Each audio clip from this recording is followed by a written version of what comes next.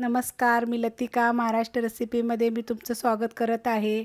आज मी तुम्हाला पराठा बनवून दाखवणार आहे, पण त्याआधी चॅनलला सबस्क्राइब करा आणि बेल आयकॉनवर क्लिक करा। त्यासाठी बघा साहित्य, हा फ्लावर घेतला 1 वाटी खिसून घेतलेला आहे, कोबी 1 वाटी खिसून घेतलेला आहे, 2 बटाटे शिजवलेले खिसून घेतलेले आहेत, 1 मोठ्या आकाराचा कांदा बारीक कापून घेतलेला आहे, कोथिंबीर आहे, 1 गाजर घेतले मोठं खिसून घेतलेलं आहे आणि ह्याच्यामध्ये हिरवी मिरची, थोडंसं आलं आणि थोडासा लसूण कुटून घेतलेला आहे। तुम्ही तुमच्या तिखटाप्रमाणे घ्या।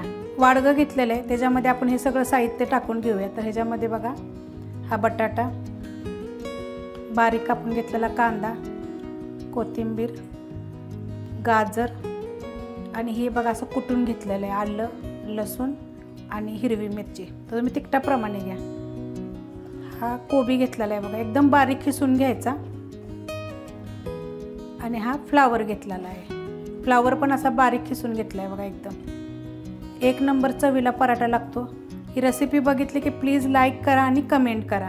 आता ह्याच्यामध्येच टाकायसाठी साहित्य बघा, गरम मसाला पावडर 1 चमचा, लाल मिरची पावडर 1 चमचा, चवीपुरतं मीठ आहे, धणे जिरे थोडेसे भाजलेले आहेत ते 1 चमचा आहेत, कुटून घेतलेले आहेत आणि थोडीशी हळद आहे। हे मिक्स करून घेऊया।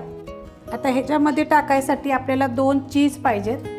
तर हे चीज घेतले आहेत बघा, हे अमूल चीज आहेत, तर आपण असं खिसून टाकूया। 2 चीज टाकलेत बघा, हे अमूल चीज आहे। ह्याच्यामध्ये थोडंसं बटर जरी टाकलं तरी पण चालेल।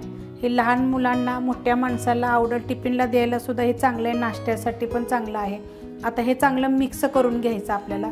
हे सगळं एकजीव झालं पाहिजे बघा, चांगलं मिक्स करून घ्यायचं। एकजीव जर झालं का नाही तर मग त्याची चव वाढते आणि छान लागतं बघा। त्यामुळे चांगलं मिक्स करून घेऊया। हे चांगलं मिक्स झालेलं आहे बघा। आता पराठ्यासाठी बघा, ही गव्हाचं पीठ मी मळून घेतलेलं आहे, थोडंसं मीठ टाकले आणि घट्ट मळून घ्यायचं। ह्याच्या जागी तुम्ही मैदा घेतला तरी चालेल, मैदा मळून घेतला तरी चालेल। तर आता आपण बनवायला घेऊया बघा। एवढ्या आकाराचा गोळा घ्यायचा, लहान मोठे आपल्या आवडीप्रमाणे करूया। तर थोडंसं पीठ घ्यायचं, खालचं घेतलेलं पीठ आहे ते पण गव्हाचंच पीठ आहे। तर पहिलं आपण हे लाटून घेऊया।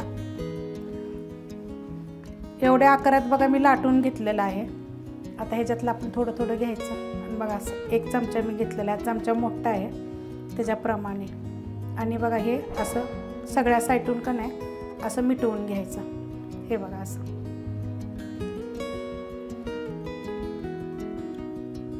बघा, हे असं सगळ्या साईडून चांगलं असं मिटवून घ्यायचं। 1 नंबर पराठा लागतो। अशा पद्धतीने माझ्या करून बघा आणि प्लीज कमेंट करा आणि थोडा सपोर्ट करा। आणि असं दाबायचं बघा हाताने दोन्ही साईडनं पण। आणि आता हे असं भरल्यानंतर बघा हलक्या हाताने आपल्याला लाटायचे, जास्त जोर देऊन लाटायचं नाहीये। तर आपण खालच्या साईडनं लाटून घेऊया। ह्या ज्या साईडनं आपण मिटवलं ना त्या साईडनं आपण पहिलं लाटून घेऊया बघा।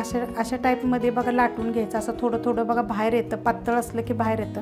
मग ह्या साईडनं पण असं थोडंसं दाबून आपण लाटून घेऊया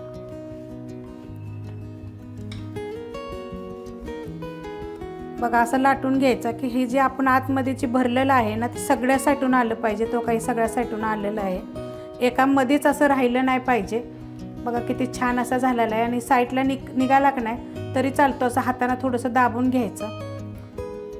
तर आता आपण तवा गरम करत ठेवलेला आहे, त्याच्यामध्ये आपण पराठा टाकून घेऊया। आणि लय पातळ करायचा नाही आहे, कारण जास्त सारण भरलं का नाही की छान असा लागतो चवीला।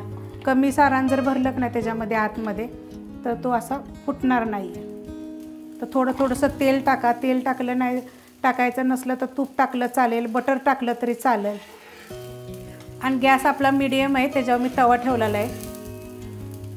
आता पलटी करून घेऊया आपण। तर बघा किती छान असा खरपूस असा भाजलेला आहे। तर तुम्ही ह्याच्यामध्ये वेगवेगळ्या प्रकारच्या भाज्या टाकून जर बनवला तरी चालेल, मुलांना आवडेल आणि 1 नंबर चव लागेल। आता ही दोन्ही साईडने एकदम छान असा क्रिस्पी असा भाजून घ्यायचा बघा। बघा खालच्या साईडून पण छान असा भाजलेला आहे आणि ह्या साईडून पण बघा किती कलर छान असा आलेला आणि भाजलेला आहे। तुम्हाला पलटी करून दाखवते बघा किती मस्त भरलेलं आहे। ह्याच्यामध्ये मी आतमध्ये ना सारण जास्त भरलेलं आहे। तर बघा 1 नंबर चवीला लागणार आणि असा छान असा भाजून घ्यायचा बारीक गॅसवर, फास्ट गॅसवर करायचा नाही बघा। किती मस्त भाजलेला आहे आणि जास्त भरल्यामुळे ना खाताना ते 1 नंबर चव लागणार। अशा पद्धतीनं मी बाकीचे बनवून घेते। हा जर पराठा आवडला असेल तर लाईक करा, सबस्क्राईब करा, कमेंट करा आणि शेअर बी करा।